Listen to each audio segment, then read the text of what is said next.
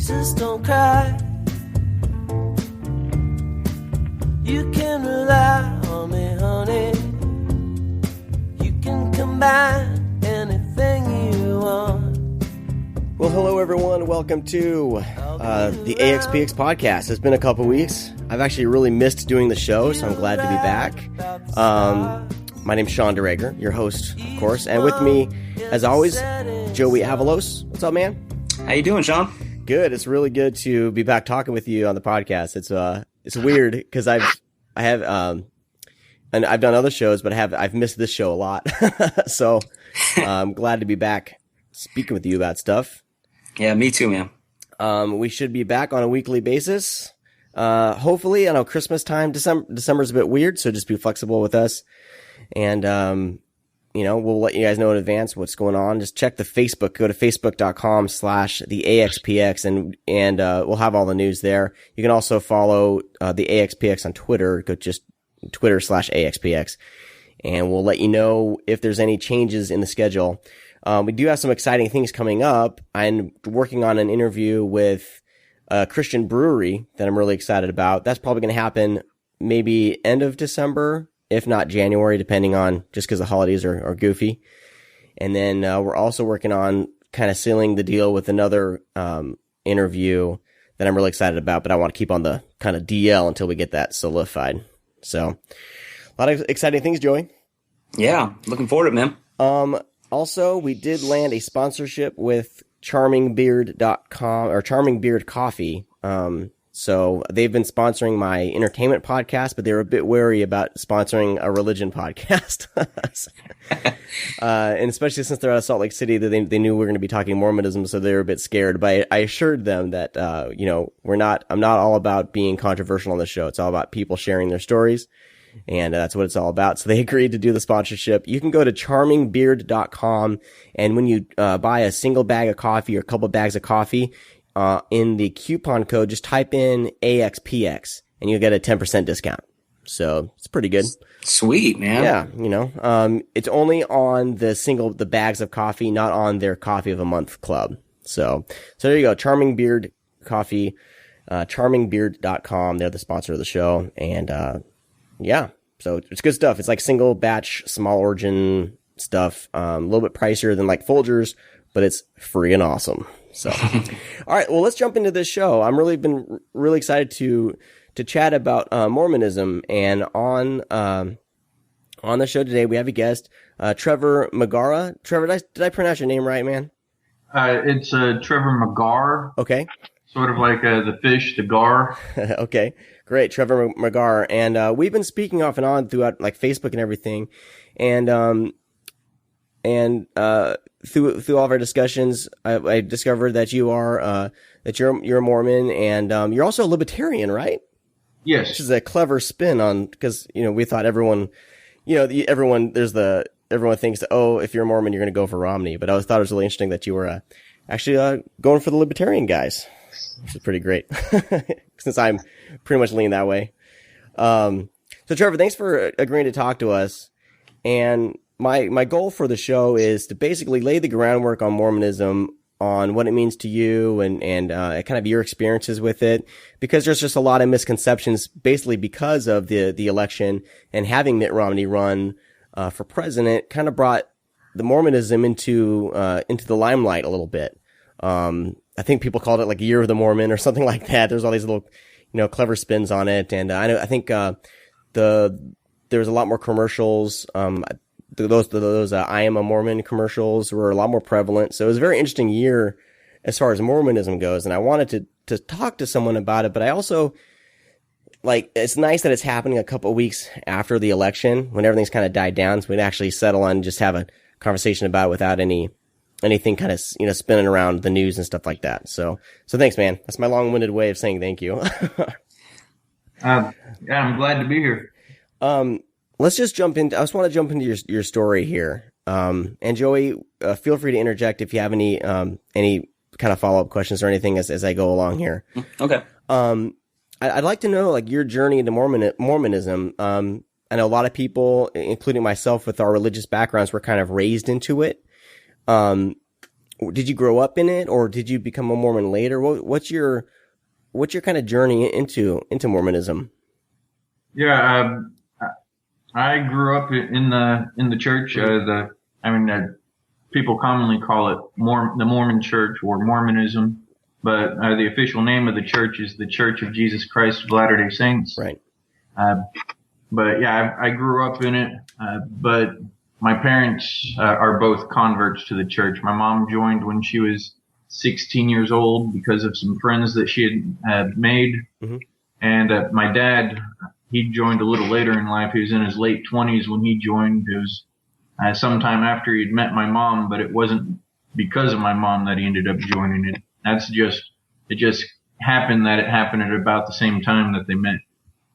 Do you know a little more about their story, and like how does one, if you come into the church from outside the church, how does something like that happen? Is it through friends or do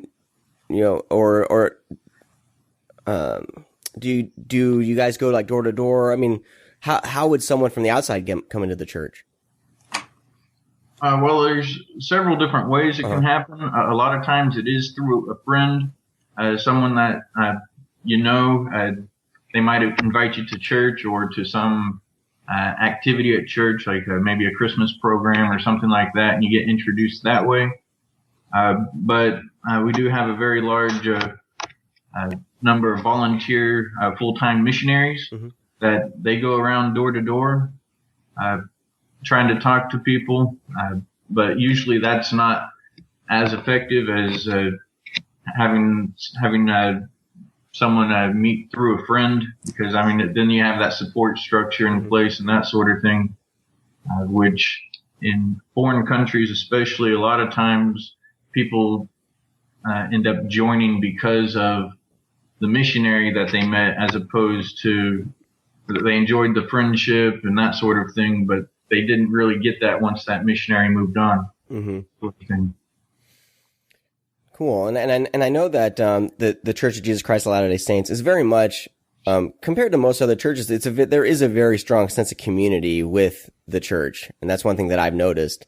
And also a very strong focus on family. The family unit is a very important part of being a Mormon. And it's funny because just knowing like my cousin-in-law, their family, we had them over. They came and stayed the night at our house, and it was like the best. They have how many kids they have now? 4. And it was like I was a bit kind of terrified, like, oh my gosh, all these people are gonna be in our house. But it was the most pleasant experience I think I've ever had with having a house guest. So I think that, family very much is a huge part of the Mormon Church. Is that correct? Is that something that's not necessarily stressed, but encouraged? Family is essential. We believe that families are like the basic unit of society. It's where you get your basic instruction. It's where you learn how to be a productive and good citizen. There's schools and community organizations that help supplement that sort of thing, but the primary responsibility is with the family as far as rearing children and helping them become good members of society later in life. So there's a huge emphasis on family because they're the most crucial part of society to help people in their day-to-day lives. Okay. Joey, do you have anything to follow up, or are we good to go so far here? Yeah, I found it interesting because I would like to hear more about his journey with Mormonism, because growing up, I remember I live in Arizona, and especially the part of Arizona I live in is a highly populated Mormon community. We have a new temple being built about a mile away from my house. So I grew up with a lot of friends that were Mormon, and I just always, the kids that weren't Mormon, they always kind of made fun of them because they're always going off to their like these secret meetings or whatever in school, or that's what they call them, like, oh, they're going to their church or things and they can't do this, can't do that. But the funny thing, it was always this misconception too about Mormonism too. Like they were always like almost like a pastor's kid. They were always the wild people too, they might be conservative, but in school, all the kids were that were Mormon, some of them, that you think that would be all like really conservative and whatnot, were actually kind of the crazy ones. Were you one of those crazy Mormons, or were you really stick to the Mormonism ways and live a very conservative life? I would definitely say I was more on the conservative side. I wouldn't necessarily say it was because of Mormonism itself, but I mean, that's part of my general personality as well. I'm more conservative, more laid back. I don't really like being out there, being the center of attention, that sort of thing. But I've always been like, the way I was raised is that I'm a representative of not only myself, but my actions also reflect on my parents, the way my parents raised me. And also, I grew up in Arkansas, and there's not a very large Mormon population out here, and everyone I grew up with knew I was Mormon, so they looked at me sort of like as their only, I guess, reference point for what a Mormon is and that sort of thing. So I kind of had that in the back of my mind as far as I wanted to give a good impression of what Mormons are and that sort of thing. I didn't want them to think that, oh, here's a hypocrite or whatever. Because, I mean, they are very strict, or what the outside world calls strict lifestyle choices, that sort of thing that Mormons are supposed to abstain from doing in their day-to-day life. So I didn't want to be one of those people that were like, oh, well, we know he's a Mormon, but look at him. He's not doing what he's supposed to as a good Mormon. Mm-hmm. Hey, so being raised in the Church of Jesus Christ of Latter-day Saints, what are the steps that you took to basically to be raised in the church? I know that I have a very vague idea of what it is, but I know that you guys do go on a mission. Like, what are kind of the steps of being raised in a Mormon family? Like, when does the mission come in, and what is that essentially as well? Okay. Well, I mean, I'll go ahead and start sort of at birth. Okay. As far as what a typical Mormon experience might be. Mm-hmm. I won't go into too much detail unless you interject with questions or whatever. Sounds great. A lot of churches, sometime shortly after birth, the infant is baptized, which usually is a symbol of them accepting Christ or become a member of that church. In the Church of Jesus Christ of Latter-day Saints, we don't baptize little infants. Instead, they have what we call like a child's blessing in front of the congregation, where there's a prayer said, and then we invoke blessings upon the infant that they'll be able to pull from for the rest of their life. That's sort of how the start is. And then every Sunday there's 3 hours of worship. There's the congregational worship, which is about an hour long. And then right after that, typically there's about 2 hours worth of Sunday school, which are broken up depending on the age group and that sort of thing, having individual lessons either from the Bible or the Book of Mormon or things like that to help teach not only the children but also the adults some of the basic doctrines, help them gain a better understanding of the scriptures. That's something that happens throughout life, the 3 hours every Sunday. And then at the age of 8, that's when the typical Mormon child is baptized into the church. We believe baptism to be not only a symbol of accepting Christ and becoming one of his followers, but it's also a way of receiving a remission of sins, because baptism is for remission of sins. That's another reason why we don't baptize infants, is because we believe an infant is innocent. They have no capability of sin. But through revelations, through the prophet Joseph Smith, it was revealed to him that at the age of 8, that's when children start to become accountable for their actions. Up until then, a lot of it falls upon the parents to teach their children properly. Mm-hmm. Then at about the age of 12, that's when you're considered no longer a child in the church. You're considered a young man or young woman.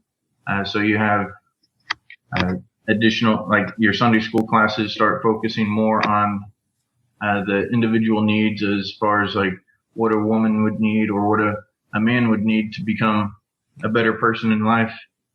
Men at that, or the boys at that age, receive the priesthood, which allows them to officiate in some manner as far as serving within the church. The most obvious way that they serve is through the administering and the passing of communion, which is what we call it sacrament.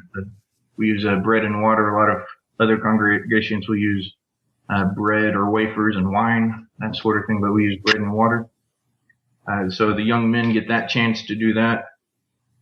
Also at the age of 12, both the boys and girls start having a chance to assume leadership roles within the youth organization of the church. So they get to be representatives of their age group and also get to start planning activities and that sort of thing. So from a young age, we're starting to be groomed to be not just members of society, but start to be more productive and become leaders within society.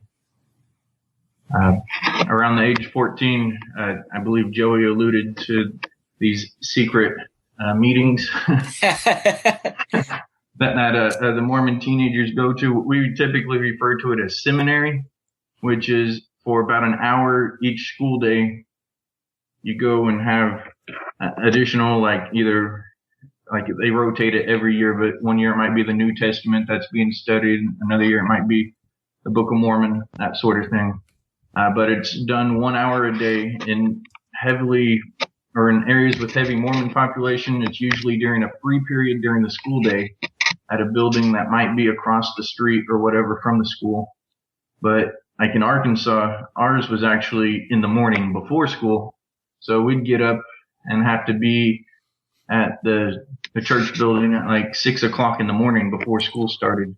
And so we'd do that every day during the school year from our freshman year until we graduated high school.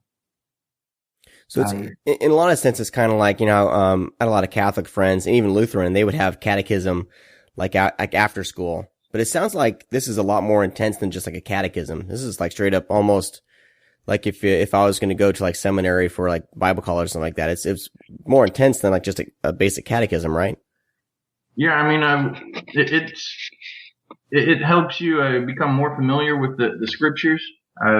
Learning, like a lot of it's spent on helping us learn to memorize certain scriptures, that sort of thing. It's all about helping to build an individual's testimony, because as members of the church, we're taught to not just rely on the faith of our parents or rely on the faith of the leaders of the church, but we're supposed to learn for ourselves. Mm-hmm. So all of this is designed to help us learn for ourselves within the formative years, because when you're 14, 15, 16, in that age group, that's a very volatile time in a teenager's life. So it sort of adds like a bit of consistency that helps you stay well-founded within your beliefs. It helps you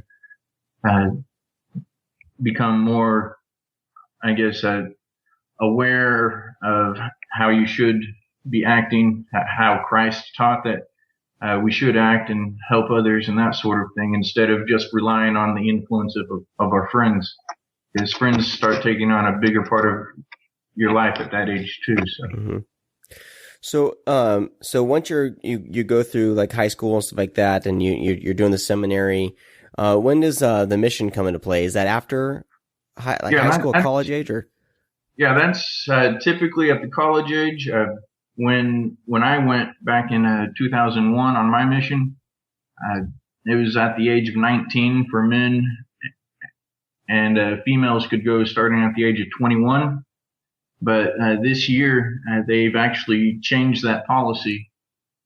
So now the young men can go at the age of 18. So right after graduating high school, they can go on a 2-year mission.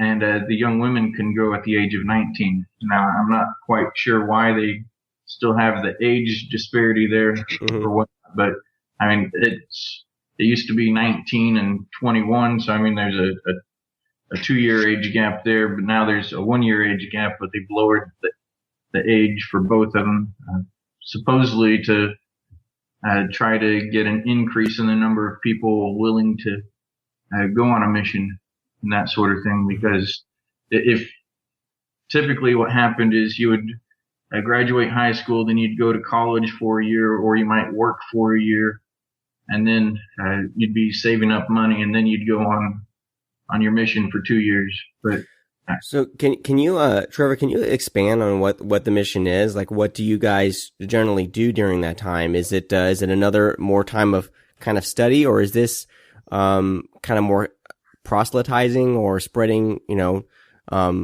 I mean, what do you guys do for that 2-year period? What's the main goal of the mission?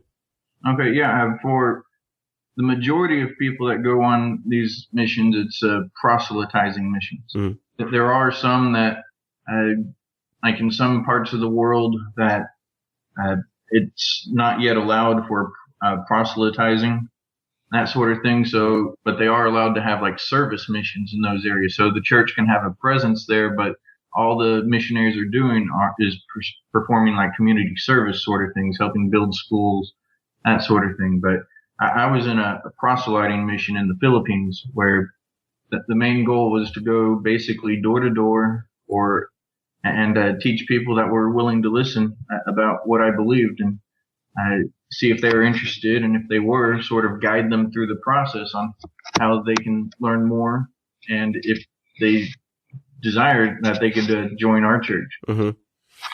What was the kind of the hardest thing that you encountered when you were doing when you were on your mission? Was it because it sounds like it could kind of take a toll on someone, because you're looking at you're going door to door, and that's potentially a lot of rejection. You know what I mean? Did you run into a lot of that? Was it grueling, or did you enjoy it? What was your experience with that? It definitely is a lot of work, and there is quite a bit of rejection. Mm-hmm. But I mean, I had the privilege of being in the Philippines, which is a little different than, say, a missionary that might have gone to like Brazil, or might be a missionary here in the United States during that 2-year time period. That a lot of the Filipinos, they might not be interested in hearing about the gospel, like our beliefs or whatever, but mm-hmm.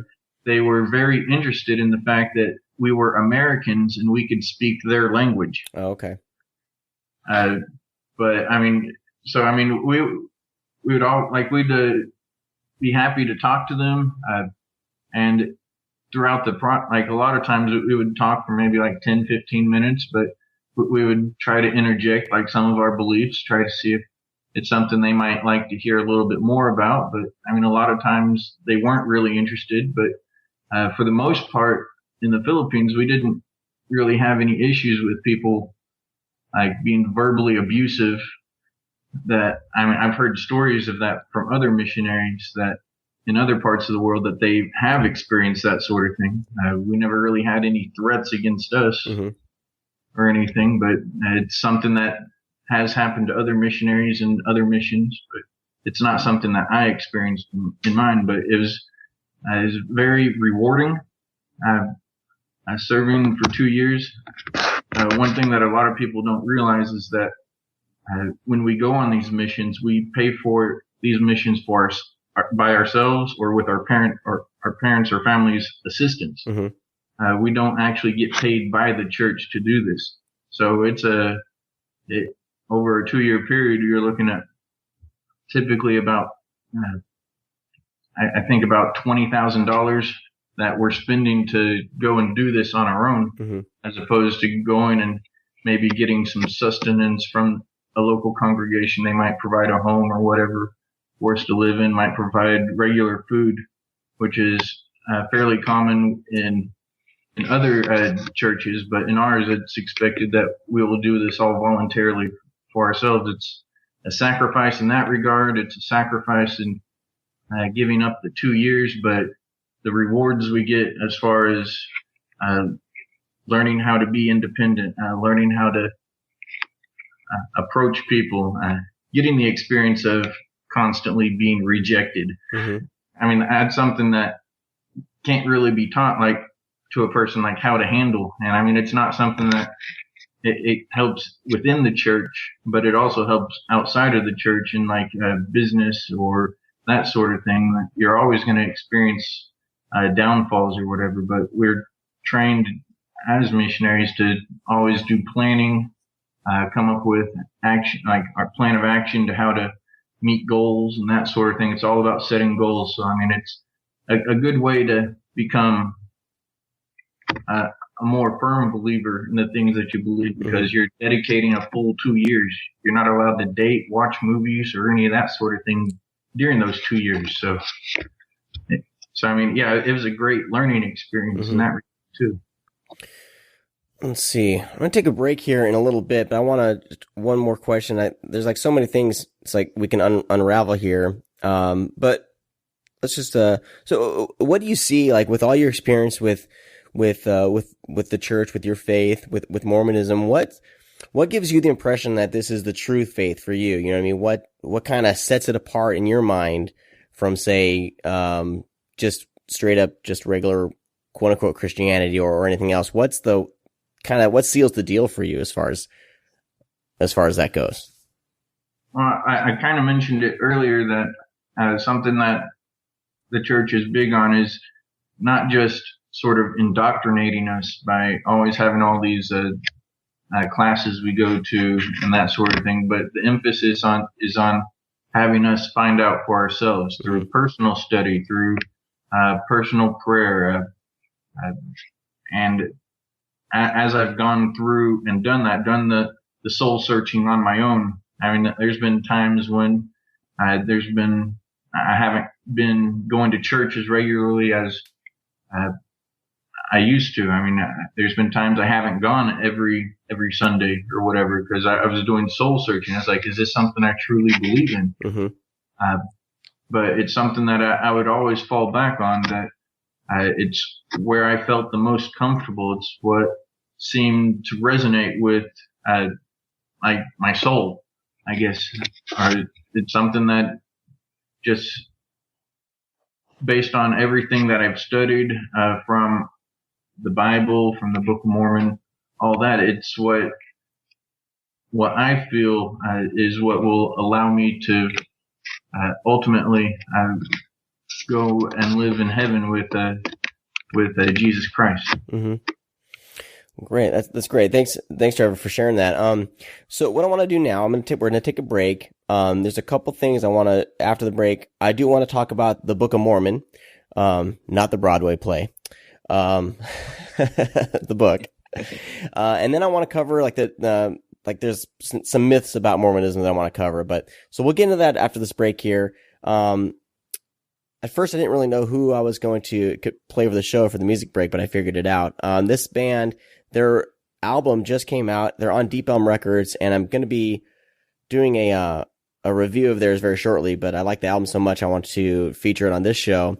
The band's called Our Lost Infantry, and they're from the UK, and their album is called The New Art History, and it's out digitally through deepelmdigital.com. It's also available on Spotify. The song I'm going to play for you right now is my favorite song off the album. This is called Fearless. You're listening to the AxPx podcast. And that was Fearless by Our Lost Infantry. You can find the album on deepelmdigital.com. You can go to we are ourlostinfantry.com. And the album is called The New Art History, and it's really good. The great thing about that album is it's kind of like a 9-part movement, so each of these songs kind of flow into one another. So it's kind of hard to piecemeal these, but it's a really great album. I really encourage you guys to check it out. It's free on Spotify, so if you have a Spotify account, you can check it out there and see if you like it. And I would encourage you, if you guys like it, spend $5 and buy the album. It's really, the whole album is available digitally, high quality for $5. You can't go wrong there. All right, I'll be playing another one of their songs a little bit later, but let's jump back into our discussion here with Trevor McGarrah. We are talking Mormonism. And Trevor, again, thanks for being open about how you were raised and everything like that. I really appreciate it. I want to jump into some myths about Mormonism in just a little bit, but first, I wanted to bring up the Book of Mormon, because that's the one thing that sets you guys apart from, say, Christianity. You guys do have an extra holy book that was written by or compiled by Joseph Smith. Could you tell us a little bit about the book as far as you know, like the history of it, and how you guys incorporate that into like the Old and the New Testaments of the Bible? Okay, yeah. We, as members of the Church of Jesus Christ of Latter-day Saints, we believe that the canon of Scripture is not closed. We believe that it's still open, that there can be additional revelation added to it. Part of that is through the Book of Mormon, which we believe is another testament of Jesus Christ. It actually wasn't compiled or just written by Joseph Smith, but it was translated from what's been commonly referred to as the golden plates, which he found buried in a hillside that he was shown them by an angel that came and visited him and showed him where they were. He translated it, and it told the story of a group of people that came from Israel. There's actually three groups of people that came at different times. Some came during, like right after the Tower of Babel, and they came and ended up destroying all them, like each other and that sort of thing, through wars and wickedness and that sort of thing.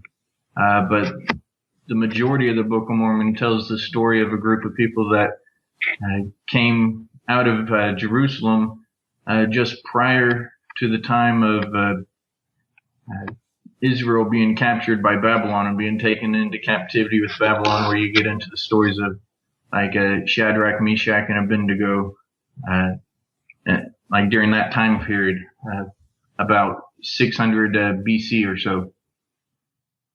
So it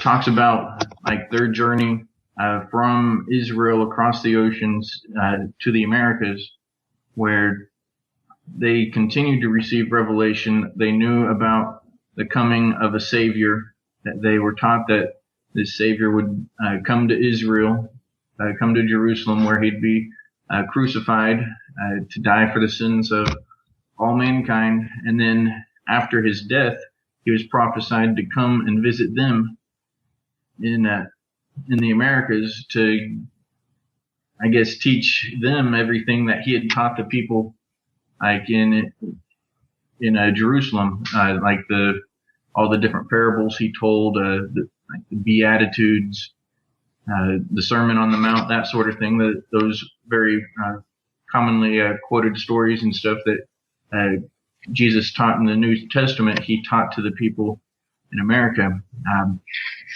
But over time, about 400 years or so after Jesus had come to America, after his death and resurrection, eventually the people turned away from the teachings of Christ and had all these wars, and all the people that were believers were wiped out through the wars. But there was a prophet that was named Mormon, and that's where the Book of Mormon comes from. He took all the records of all the different prophets that had lived before him in the Americas, and he had made like an abridgment of all their records and compiled it into what's referred to as the Book of Mormon. At his death, he passed that on to his son Moroni, who finished up his father's work and added a few remaining, like a few other things that he thought important to say before he ultimately died as the last representative of this group of people, which we call Nephites. After Nephi, one of the first prophets in this account from Jerusalem to the Americas. And when Joseph Smith learned about these in the was the angel that appeared to Joseph Smith in the 1820s was Angel Moroni, which was the same Moroni that ended up burying the plates. He showed them where they were, and then through the gifts of the Spirit, Joseph Smith was able to translate the records, and he wrote, or through the translations, that's how we came to have the Book of Mormon, which we use in tandem with the Bible, teaching us about things that Christ taught, teaching about the atonement, about baptism, or how to live a Christ-like life, and that sort of thing. So, I mean, we use the Bible and we use the Book of Mormon. So do you find that you guys, like, especially when you're going through your seminary, did you find that they would basically weave stories of the Book of Mormon in with the New Testament and kind of, have them each complement one another? Is that how you guys were taught? Use all three that way? Because we as Christians do that with the Old Testament. They'll take things, from the Old Testament and weave them into the New Testament narrative and back and forth. So would you find the same sort of thing happening with the Book of Mormon then? Yeah, some of the times, like if for example there's a lesson was being taught on faith and how to gain faith, they would pull references from the Book of Mormon, the New Testament, Old Testament, to show that the same things had been taught throughout history to the believers, and it's not just limited to people that were in Jerusalem or people that were from the tribes of Israel in that regard, having grown up there. But the same sort of things were taught to different groups of people across the world, of which the people in the Americas that the Book of Mormon is a record of is just one example of those groups. Mm-hmm. Very cool. All right. So I want to, now that we have a little bit of the book, I mean, that's the thing. Like, I'm asking you here to can you please, abridge the Book of Mormon and tell us about it? I know it's a bit hard to do, but, thanks, Trevor. Appreciate it. Let's jump into, I found this article on religionnews.com, and it was basically talking about, the top 12 myths about Mormonism. So I want to spend some time and kind of go through those. And like I said, I want this to be fun. It's not we're not trying to put anyone on the spot here. I've given Trevor a list of these questions beforehand, or these myths beforehand, so he's well prepared. So that's the whole thing. I never want any of these shows to kind of be, trying to put anyone on the spot. So, Joey, do you have that list in front of you? The top? Yeah, I do. Okay, actually. Cool. I feel like I've been taking up too much of this, interview here. So how about you, do you want to go and go through these 12 myths and, run through them with Trevor, and I'll interject if I have anything to say, but, Trevor, are you ready to debunk some myths? I'm sure. I'm ready. Oh, okay. I feel like almost like David Letterman a little bit. Exactly. Okay. Well, the number one that's on this list is Mormons practice polygamy. I mean, Trevor, do you practice polygamy? No, I do not. And I can answer affirmatively that I do not know any Mormons that do practice polygamy. The practice of polygamy was ended in the late 1800s. So, I mean, since then, it's been outlawed by the church. Occasionally, you'll hear of people that claim to be Mormons that still practice polygamy. But those are typically people that are in the fundamental Church of Jesus Christ of Latter-day Saints, which is an offshoot of the Church of Jesus Christ of Latter-day Saints. They still call themselves Mormon in a large extent because they still believe a lot of the things from the Book of Mormon. But when the main branch of the church stopped practicing polygamy, they thought that's something that should still be continued because of the revelations that had been given and that sort of thing. So they didn't believe that another revelation had been given that polygamy should be stopped. But yeah, it's not something practiced by the members of the Church of Jesus Christ of Latter-day Saints. And I want to interject something real quick too. Like that, the whole thing, Christians always kind of, they get all, their panties in a bunch about Mormonism and the whole polygamy thing. But it's like, if you look at the Old Testament, polygamy was practiced in the Old Testament too. Some of,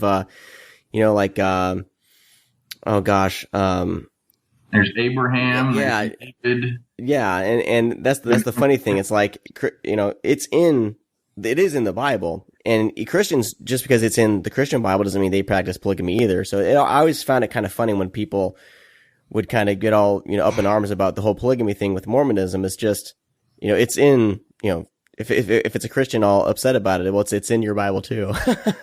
Yeah, and to interject here too, Trevor, correct me if I'm wrong. Isn't this when the church actually kind of split off? Wasn't this a pivotal point in the church to that's when they moved to Salt Lake City and kind of split off, almost like Christians. You have different denominations basically. Within the same belief system. Well, there's actually been a couple different splits. Mm-hmm. The one split occurred shortly after when Joseph Smith was killed, because he had been the founder of the church. It was believed that if he was killed, that this Mormon movement would go the way of the leader and end up dying off, but it didn't. And at that time, it was believed by some people that, like in the traditions of the Bible, when a lot of times, or especially in the Book of Mormon, that the role of the prophet or the leader of the church was from father to son and that sort of thing. So there was a big belief among some members of the church that the new prophet or leader should be one of the sons of Joseph Smith. But the bulk of the church didn't look at it that way, and teachings of Joseph Smith indicated that was not going to be the case, that one of his children would end up being the next leader of the church. It would come from one of the existing members of the leadership of the church that would come and fill that role. That's when Brigham Young took over as the leader of the church, and that they left Illinois, Nauvoo, Illinois, and then moved out to Utah. Then that was in the 1840s, I believe. Right.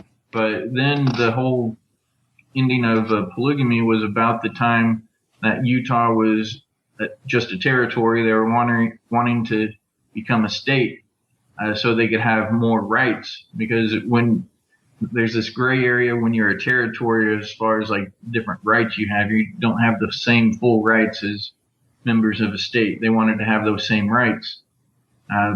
But there was this growing animosity, I guess, towards the Mormons who were practicing polygamy, which polygamy wasn't practiced by every single member of the church. It was only a small percentage of the members of the church that actually practiced polygamy, but those that did ended up having several different wives, sort of thing. So, but by the end of the 1800s, the federal government had started confiscating church property and that sort of thing.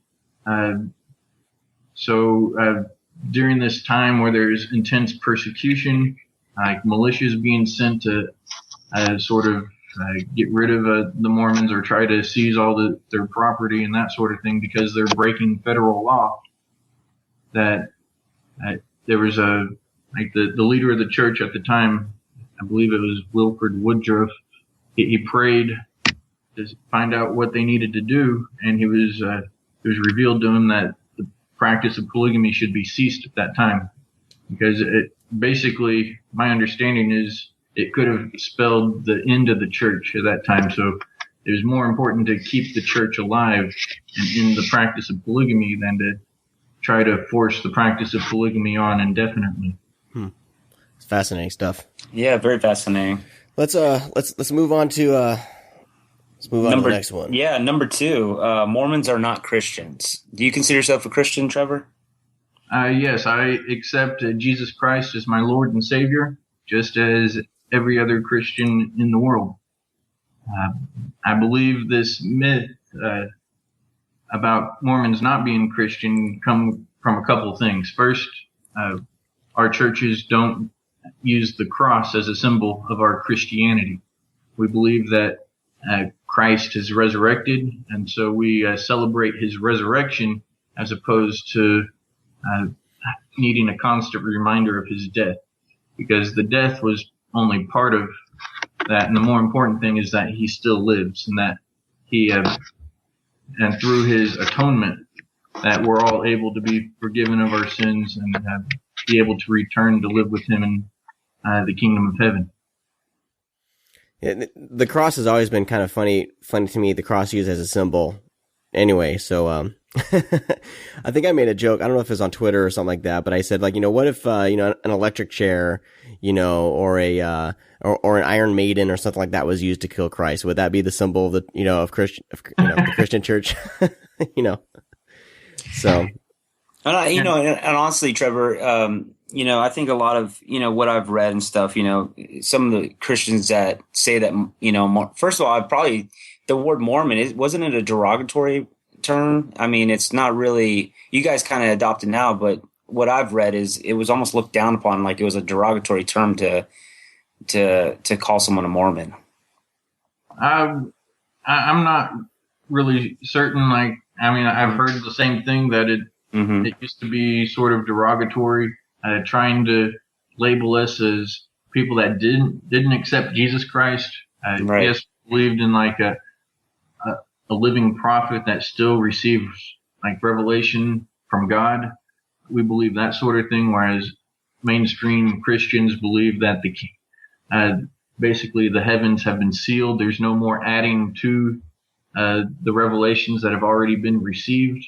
I guess you can receive inspiration and that sort of thing, but they don't equate that as on the same level as revelations that were received like during the biblical times.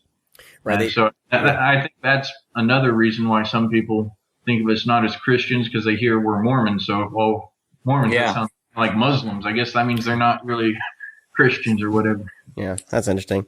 Well, yeah, and and just to add the thing, I think another, like, I guess a rebuttal against the Mormon faith that they're not Christians is the practice of the belief in the Trinity. I guess I always hear that a lot, that because the Mormon Church doesn't believe in the Trinity, they can't be Christian.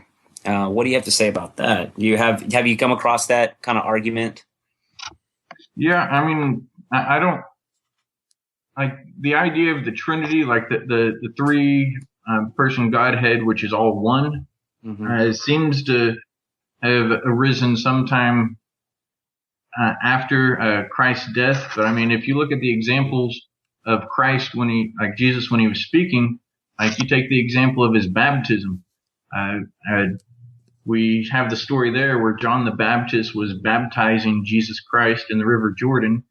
He hears the voice of God talking to him from heaven, and he sees the dove as an image of the Holy Ghost. So you have the three Godhead being shown to be distinctly separate in that regard. So it's that's just one example. And you also have Jesus constantly praying to his Heavenly Father. He'd constantly kneel in prayer and that sort of thing. And I find that in my mind, I can't really understand how someone could believe that Jesus Christ, if he's the Savior of the world and a member of the Godhead, how he would, or why he would be praying to himself, like in the Garden of Gethsemane. So, I mean, we're taught that Jesus is distinctly separate from God, our Heavenly Father, and also distinctly separate from the Holy Ghost, who's the messenger and the comforter of God sent to mankind to minister to us. Interesting stuff, man. Yeah. Okay. Sean, you good with that, man? I'm good, man. Here, you know what? I'm going to switch it up just a bit. Let's do like every other. Does that sound good? Yeah, that sounds good. I think that'll be a little easier, probably. Yeah. All right. So, number 3 here. Mormons aren't supposed to drink caffeinated beverages. All right. That is a myth. It comes from the belief of some people that because Mormons don't drink coffee and tea, that the reason we don't drink coffee and tea is because of the caffeine in it. Mm-hmm. And nowhere in the revelations that have been received is it been indicated that caffeine is the reason. The word of wisdom, which comes from a revelation that Joseph Smith received and is in the Doctrine and Covenants, actually doesn't even mention coffee and tea. It just says hot drinks. But later on, the hot drinks was interpreted to mean coffee and tea. And so, I mean, like if we're able to drink hot chocolate has caffeine in it. We're able to drink Coke, Dr. Pepper, Mountain Dew, that sort of thing, because it's not the caffeine, it's something else. And we don't really understand why we're told not to drink coffee and tea, but we just don't do it. All right, Joe, you going to take the next one? Oh, yeah, for sure. Mormons don't dance. Yeah, Mormons definitely dance, starting at the age of 14. A group of local congregations, which, we call it a steak, which could be like not an STEAK, like what you eat, but STAKE, like something you'd hammer into the ground. Right. Or a vampire. Yeah, or a vampire. But it's a group of local congregations that at the age of 14, all the youth come together and have dances where we listen to contemporary music and we dance to it and that sort of thing. We're not supposed to dance provocatively or dance like we're in a strip club or whatever. It's supposed to be a respectful sort of way, but it's definitely encouraged as a way to get to know members of the opposite sex, start filming or developing friendships and relationships in that regard. Mm-hmm. Great. Is it my turn, Joey? Yeah, it's your turn. All right. Well, this is obviously a myth because Trevor, you don't live in Utah, but the myth is, all Mormons or most Mormons live in Utah. Is that based because that's where a lot of the Mormons first settled? Yeah. You touched on this already. Yeah, I mean, after they were forced to leave Illinois, basically they've been forced to leave every location they ever existed in. The church started in New York, but then they were moved out of New York into Illinois. Then they went to Missouri, and then they had to go back to Illinois. They kept being pushed out by the locals. And then eventually they said, okay, we're just going to move out to the middle of nowhere into a desert next to a giant salt lake that we can't even drink. During the early days, like after they had relocated to Utah, it was common practice that anyone that joined the church, if they could, would also move to Utah to join the greater body of the church. But as the church grew, that became less and less feasible. And in fact, there's actually more members of the Church of Jesus Christ of Latter-day Saints outside of the United States than there are that live in the United States. And there's about 8 million or so that live within the United States. And I can guarantee Utah does not have 8 million people as a population there. Right. And not everyone that lives in Utah is a Mormon. Right. There are only about 60% Mormon or so in Utah. Interesting. The next one is women can't be leaders or speak in the LDS church. Women actually have their own sort of women's group within our church, and it's called the Relief Society. It was actually formed, I believe, sometime in the 1830s as a way for the women to have their own sort of social organization, as a way to help serve each other. It's a very big service organization within the church that also helps with teaching lessons and that sort of thing. So they teach in that regard. They have leaders obviously within that organization. They also are heavily involved in teaching the youth within the church, and also the kids. They're able to, during our congregational meetings and that sort of thing, they're able to speak, they're able to pray in there. And even at the global level, like the church-wide level, not just at the local level, there's women within the leadership there. I believe part of the myth comes from the fact that women, for some reason, it has not been revealed that they should hold the priesthood, quote unquote. Right. I believe that's where the myth actually stems from. Yeah, and in a lot of Christian churches, actually, certain denominations based on certain things that Paul wrote. I don't know if it was in Romans or what about women.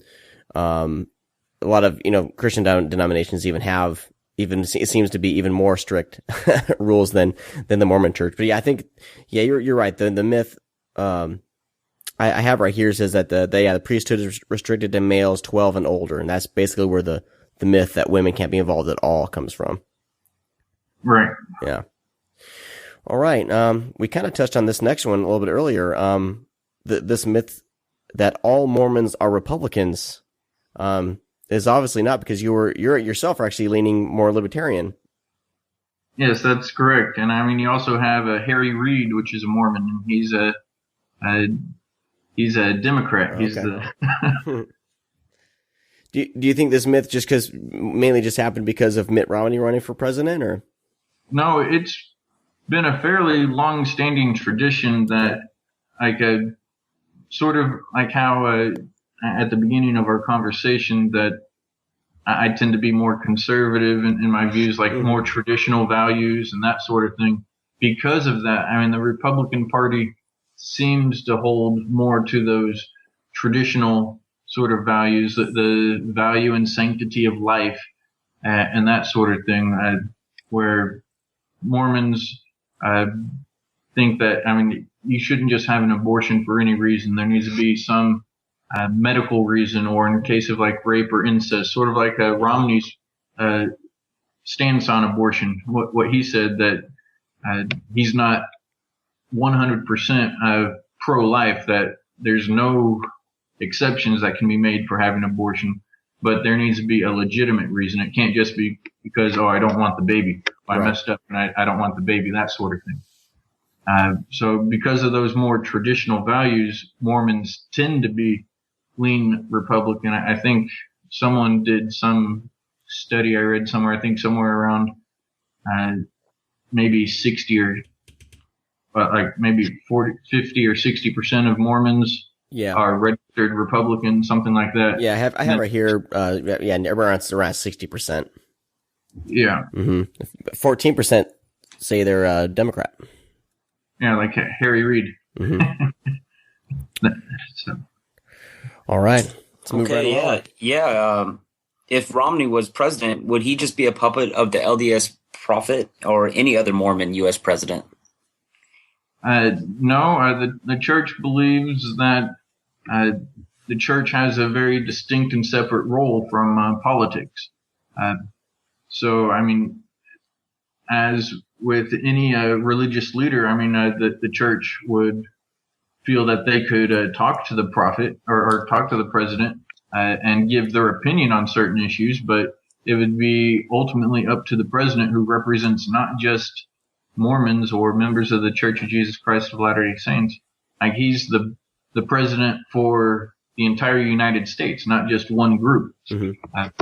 So, I mean, he definitely wouldn't be a puppet of an LDS prophet, because, I mean, a lot of things that Romney was actually in favor of aren't necessarily things that even the church is necessarily in favor of, or in the recent past has been vocal against. Sort of like the idea of seeking food stamps and that sort of thing. Traditionally, the church's standpoint's actually been that members of the church should not go and seek those things from the government. They should come to the church first, and the church should take care of their own, sort of thing. Whereas Romney, he never said anything against food stamps or anything, because I mean, that's not something politicians want to do, because that'd be a political suicide, sort of thing. All right. We got a few more here. We're going to get into the nitty gritty here. Here's something that came out. I remember in the news it came out, people were making a big deal about it, but the myth is that Mormons baptize corpses, is how it's worded here. But I think that it's a little bit something different. Can you elaborate on where that myth came from?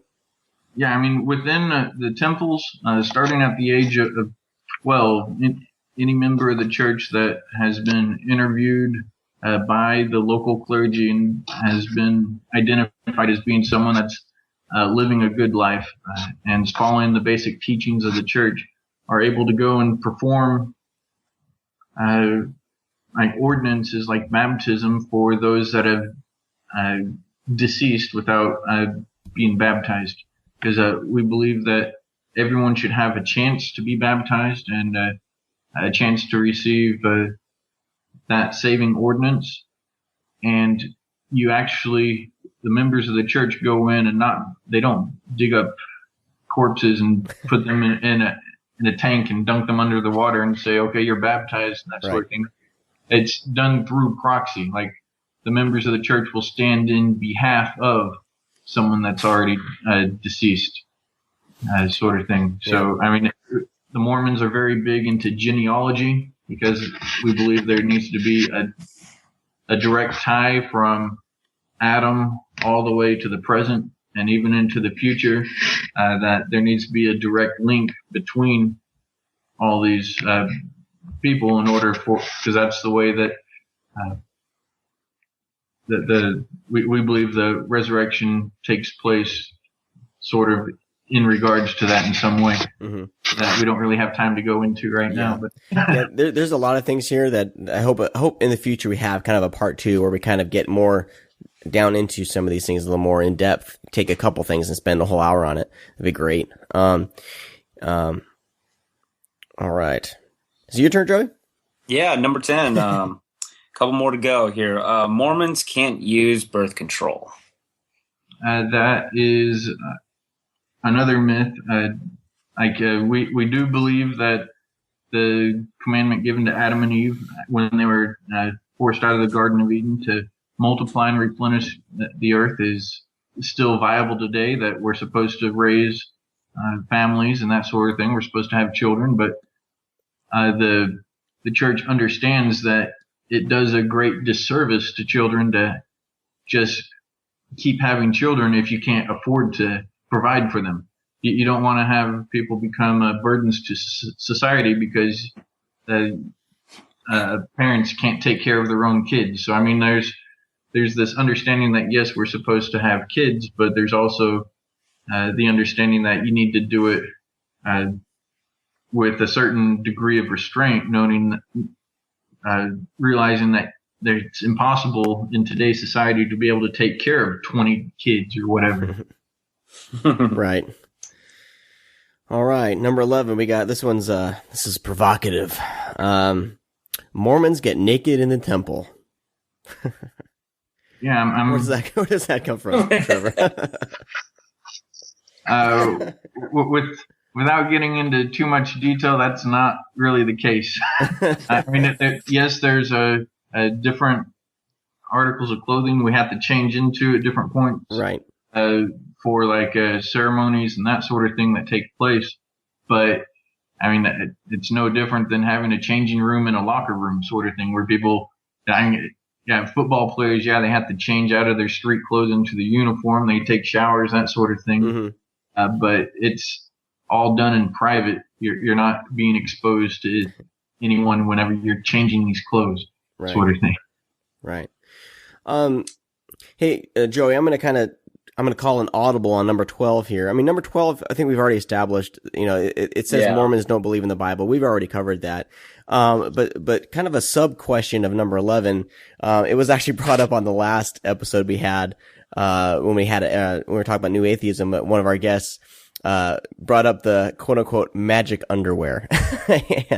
and I was hoping you can, Trevor, dispel the kind of the myth that goes along with that. Cause they're more just kind of like undergarments, but there's a certain reason for them. Can you elaborate on those? Yeah. I mean, part of the ceremonies and that sort of thing that go on in the temple, it's part of it's, we take on additional promises or covenants, that will live our lives a certain way. We'll be more charitable, more helpful, more giving in our day-to-day lives. So, I mean, the garments are a symbol of those commitments that we make. It's not something that we wear on the outside to show the world, hey, look at me, I've made all these commitments.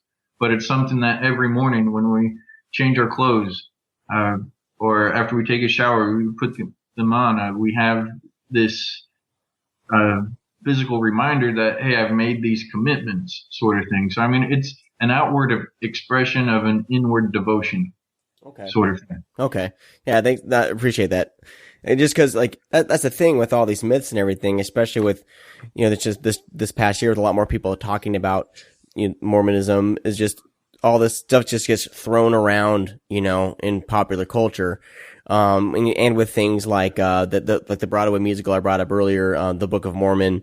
And I actually haven't seen it, so I don't know if that, either throws fuel on the fire, or if it's, kind of a, satire, like a loving satire, you know what I mean? Cause I'm very satirical towards Christianity, which is the faith that I was raised up in. But I appreciate you, kind of going through these and talking about them, because I think it's really important. I think people they'll start making fun of something they don't really know or understand. So I'm hoping that this show, going through these helps people, kind of look at things in a different light. So I appreciate you going through these with us. Yeah, no problem. Let's take one more musical break here, then we'll come and wrap up here. Cause I think we're getting near on time. Again, this is another song from Our Lost Infantry, another one of my favorite songs off of the album, The New Art History. This song is called Howl. And we'll be right back to wrap up right after this. That was Our Lost Infantry with one of my favorite songs off the album, Howl. Off the album, The New Art History. You can find that on Spotify and listen to the whole album there. You can also buy it digitally for $5 off of deepelmdigital.com. And I would recommend, pay $5 for it. It's $5. Deep Elm, decided to move all their music to just one flat rate of $5 per full-length album. So, it's cheap. It's kind of in that sweet spot of music. So, pick that album up. You won't regret it. At least I hope you don't. We were talking Mormonism today, and I'm really happy with the conversation. Trevor, thank you so much for your time, and being open to talking about some things. The whole thing is, this episode, I'm hoping to look at this episode as kind of a launching pad to future more in-depth conversations. Would you be willing to come back on and kind of go more in-depth with some of the things we've talked about in the future? Yeah, absolutely. I've enjoyed sharing my beliefs, because, this is something that's pretty common, these misunderstandings or these myths about Mormonism. And I think it's partly to do that a lot of times is Mormons aren't as vocal as maybe they should be about our beliefs and that sort of thing. Yeah, and I think anything that kind of, because there are a lot of, Mormonism has a lot of ritual and a lot of things that happen in the church itself. And people who don't understand it or are kind of looking on the outside in, that's almost an easy target for people to just make things up.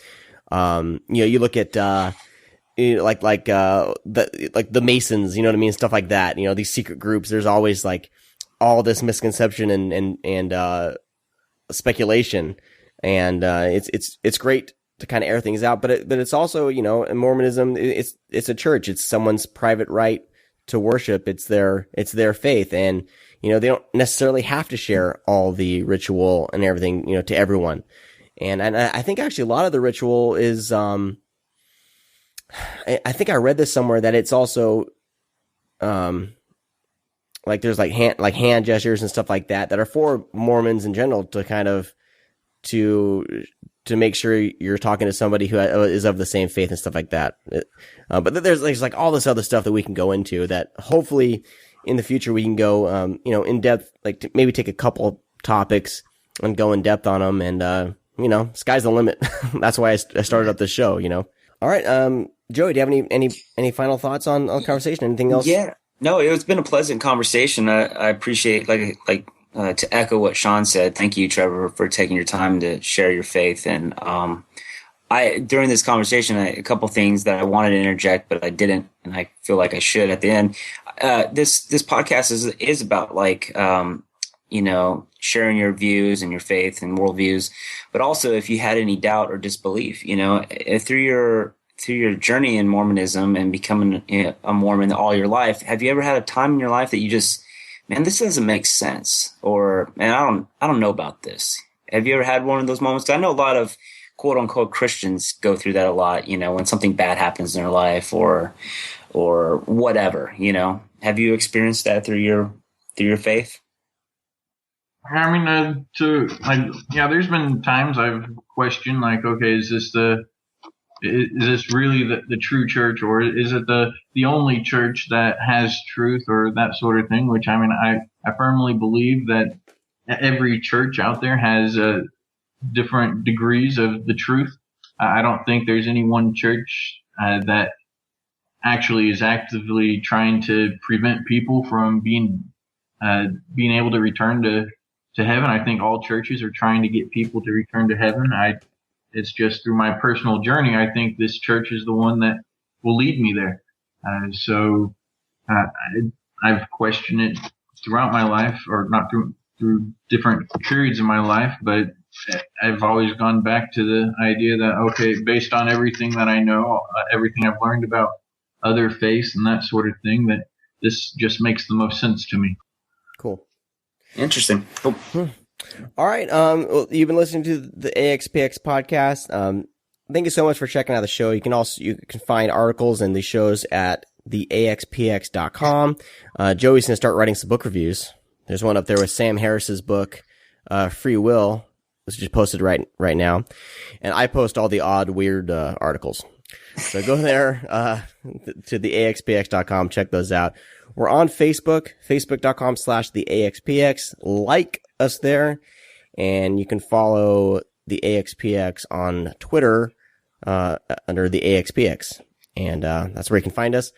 Again, the show brought to you by Charming Beard Coffee. Go to charmingbeard.com. And if you want to buy a bag of coffee, enter in AxPx as the discount code. And you'll get a discount on a little 10% discount. So thanks to them for doing that. Joey, where are you on Twitter?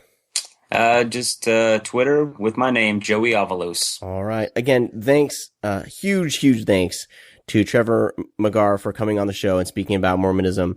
Very much appreciated. Next week, I'm not sure what the topic will be. I thought we were going to be talking about beer, but we'll see what happens with that. So next week, maybe Joey, maybe we'll pick a topic or something like that. We'll have a topic show, which we always have stuff to talk about. Oh yeah, there's always. So tune in next week. Hope all of you have a great and safe week. We'll talk to you guys next time.